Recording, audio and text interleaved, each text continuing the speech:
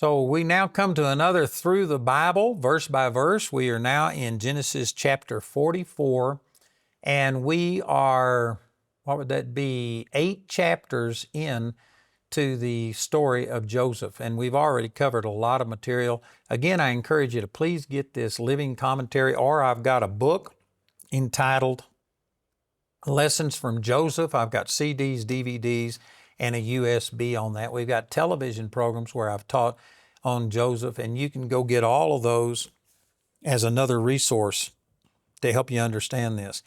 So in Genesis chapter 44, of course, in the 43rd chapter, let me just quickly say that this is the second trip that Joseph's brothers have made into Egypt. The very first time he accused them of being spies, and to prove it, he said, keep one of you in prison, and that was Simeon, and he sent the other 9 brothers home, and he says, here's how you can prove that you aren't spies. You have to bring the younger brother, Benjamin, with you. And they told their father, Jacob, that, and Jacob would not let him go at first, but finally, out of desperation, because they were going to starve if they didn't get more food, he allowed them to take Benjamin back. And so they took Benjamin back with them. They released Simeon, so that means that the 11 brothers were now together in Egypt, and Joseph invited them to his home to eat. And that was recorded in the 43rd chapter. And in the 43rd chapter, he set them all according to their birth order, which made them marvel, is what it says. They knew something was up. How does this man know who is the oldest? And everything was exactly according to the birth order of these people. And then he gave Benjamin 5 times as much food as he did any of the others. And it says in the previous chapter that they ate with him and made merry, which meant that they actually got tipsy, is what that word means, that they had loosened up. And now we come to this 44th chapter. In verse 1, it says, and he commanded the steward of his house, saying, fill the man's sacks with food as much as they can carry, and put every man's money in his sack's mouth, and put my cup, the silver cup, in the sack's mouth of the youngest, and his corn money. And he did according to the word that Joseph had spoken. As soon as the morning was light, which means that they literally spent the night there. It doesn't say that they spent the night in his house, but it's very possible that they did. And so here they are being entertained by the second most powerful man on the planet. Did you know, if you would just read this with your heart instead of just with your mind and think about it and put yourself into their position, what would happen if you went to the second most powerful man on the planet and you were invited into his home and treated this way and spent the night with him? Man, it would impact you. I mean, these guys were reeling with everything that had happened to them. None of this is what they had anticipated. And so in verse 3, as soon as the morning was light, the men were sent away, they and their asses. And when they were gone out of the city and not yet far off, Joseph said unto his servant, up, follow after the men, and when thou dost overtake them, say unto them, wherefore have you rewarded evil for good? Is not this it which is not this it in which my Lord drinketh, and whereby indeed he divineth? And ye have done evil in so doing. And he overtook them and spake unto them these same words.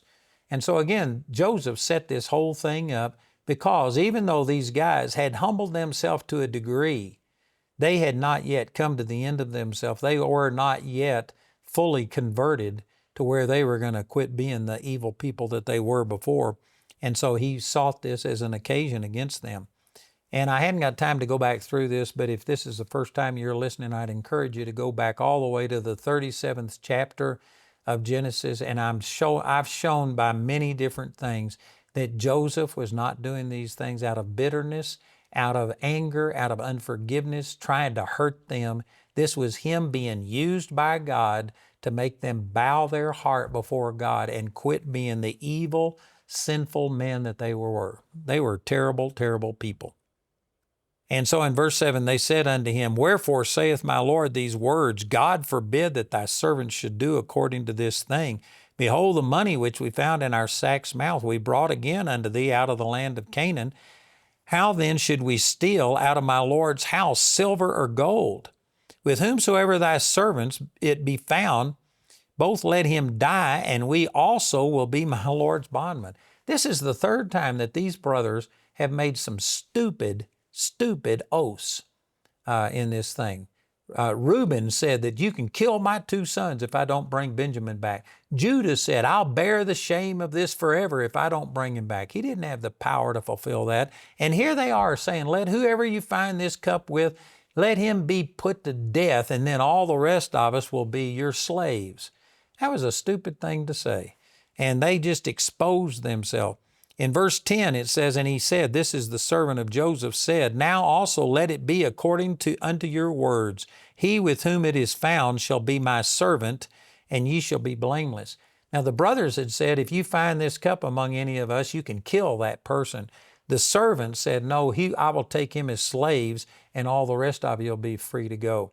I believe this servant, he's the one that already had put the money in their sack's mouth the first time, and he knew that this was Joseph. He may not have understood all of the things that Joseph was doing. I don't know how much Joseph shared with him, but he knew that Joseph didn't want to kill Benjamin. And so instead of executing the words that the one who the cup was found in his sack, he'd be put to death, he just said, no, he'll be my slave, and you shall be blameless. And then in verse 11 it says, then they speedily took down every man his sack to the ground, and opened every man his sack, and he searched and began at the eldest and left at the youngest. Again, it doesn't make a big deal out of the eldest to the youngest, but if this was done the same way it was done in the previous chapter, where they were all seated according to their birthright, according to their, who is the firstborn, second, etc., this could have been another thing that could have disquieted them, could have bothered them. How does this servant know who is the firstborn, who's the secondborn and stuff? So they're seeing this repeated again. So he searched and began at the eldest and left at the youngest, and the cup was found in Benjamin's sack. Then they rent their clothes, which again, I've made mention of this, but in the Bible days when people tore their clothes, it was a sign of tremendous grief and sorrow. So these brothers knew now that according to their own statement, Benjamin could have been killed. They all could have been turned into slaves. They knew that now they were in the worse shape than they were before. And they rent their clothes. They were in extreme grief. So they rent their clothes and laded every man his ass and returned to the city.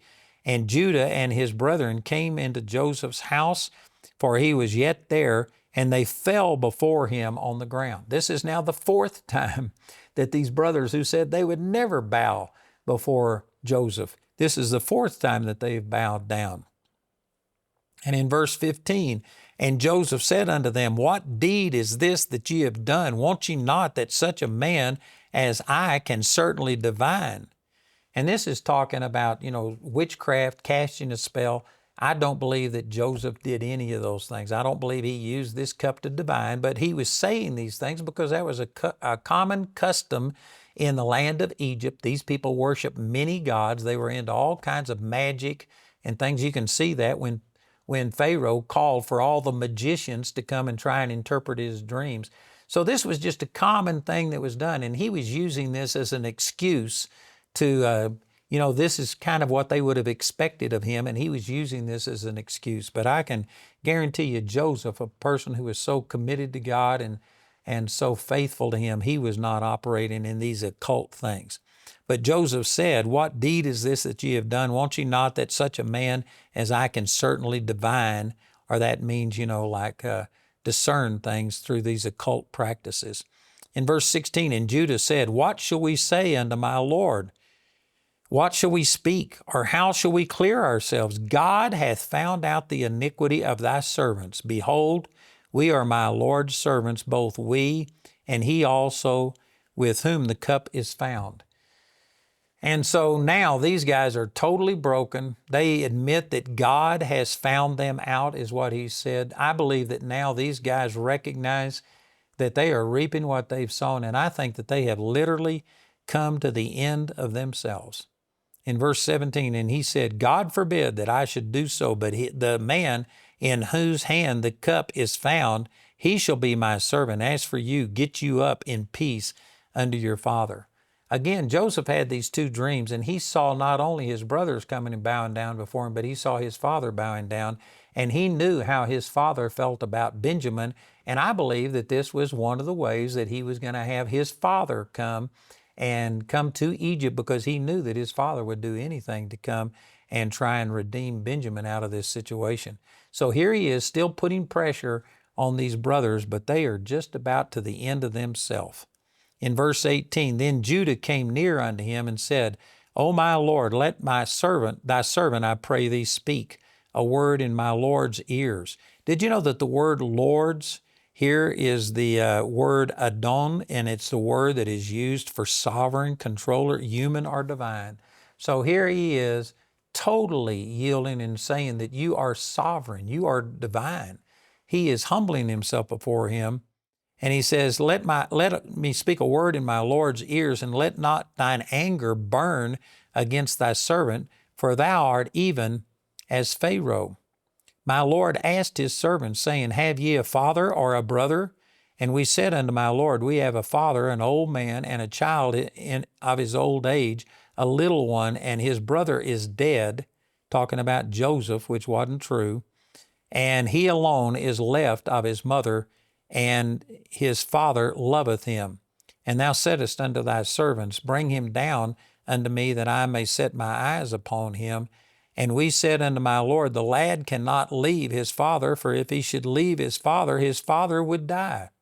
And so they're explaining, and I believe that probably Joseph already knew this, because he knew that the way that Jacob had doted over him and had protected him and made him this coat of many colors, and I suspect he recognized it was because of Jacob's great love for Rachel, Joseph's mother, and Benjamin was the only other child born to Rachel. Rachel had died, and so he probably knew all of these things, but this is confirming everything that he thought about Benjamin and about Jacob, how he felt about Benjamin. And in verse 23, And thou sayest unto thy servants, Except your youngest brother come down with you, ye shall see my face no more. And it came to pass, when we came up unto thy servant my father, we told him all the words of my Lord. And our father said, Go again and buy us a little food. And we said, We cannot go down if our youngest brother be with us, then we will go down, for we may not see the man's face, except our youngest brother be with us. And thy servant, my father, said unto us, You know that my wife bare me 2 sons. The one went out from me, and I said, Surely he is torn in pieces, and I saw him not since. And if ye take this also from me, and mischief befall him, ye shall bring down my gray hairs with sorrow to the grave. Now therefore, when I come to thy servant my father, and the lad be not with us, seeing that his life is bound up in the lad's life, it shall come to pass, when he seeth that the lad is not with us, that he will die, and thy servant shall bring down the gray hairs of thy servant our father with sorrow to the grave. For thy servant became surety for the lad unto my father, saying, If I bring him not to thee, then I shall bear the blame to my father forever. Now therefore I pray thee, let thy servants abide instead of the lad, a bondman to my Lord, and let the lad go up with his brethren. For how shall I go up to my father, and the lad be not with me, lest peradventure I see the evil that shall come upon my father? And so that brings us to the end of this chapter. But let me just point out, I read a lot of scriptures here, but Judah was one of the worst of all of the brothers. He's the one that in the 38th chapter of Genesis committed incest with his daughter-in-law, and even threatened to burn his daughter-in-law at the stake, burn her to death. He was an evil, ungodly man. He had consented with selling Joseph into slavery. Actually, he's the one that came up with the idea when he saw the Ishmaelites. This was an evil man, and he had already begun to start humbling himself when he wanted to guarantee to his father that Benjamin would come back. But here he is, totally broken, and Joseph is wanting to take every one of these brothers as slaves. That's what they offered, that they would all be slaves. And yet here is Judah saying, No, just take me. I'll substitute. You can keep me as a slave, but send the others back And he's beginning to think more about his brothers and his fathers than he did himself. And Judah apparently was a spokesman for all of the brothers. And so I believe that this was not only Judah who was saying this was the brothers had come to the end of themselves, and they had totally broken. And for the first time, they were willing to start accepting the consequences of their sins. And they recognized, and he was willing to start paying with his own life for the things that he had done. And so this brings us to the end of this chapter. And in the next chapter is where Joseph reveals himself to his brothers. And I tell you, this is awesome. And Joseph's response showed that there was no bitterness, there was not revenge, there wasn't unforgiveness. He was doing this because he just was trying to get these brothers to recognize you cannot live the ungodly life that they were living and prosper.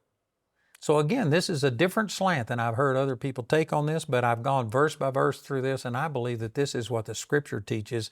This is not Joseph causing pain just out of, so it would satisfy his vengeance, his hatred for his brothers. It's just the opposite. He's being used as an instrument of God to bring these brothers to the end of themselves. So that brings us to the end of the 44th chapter. And man, the next chapter is awesome, where Joseph reveals himself to his brothers. And I now have only 1,145 chapters left to go in our Through the Bible verse by verse study.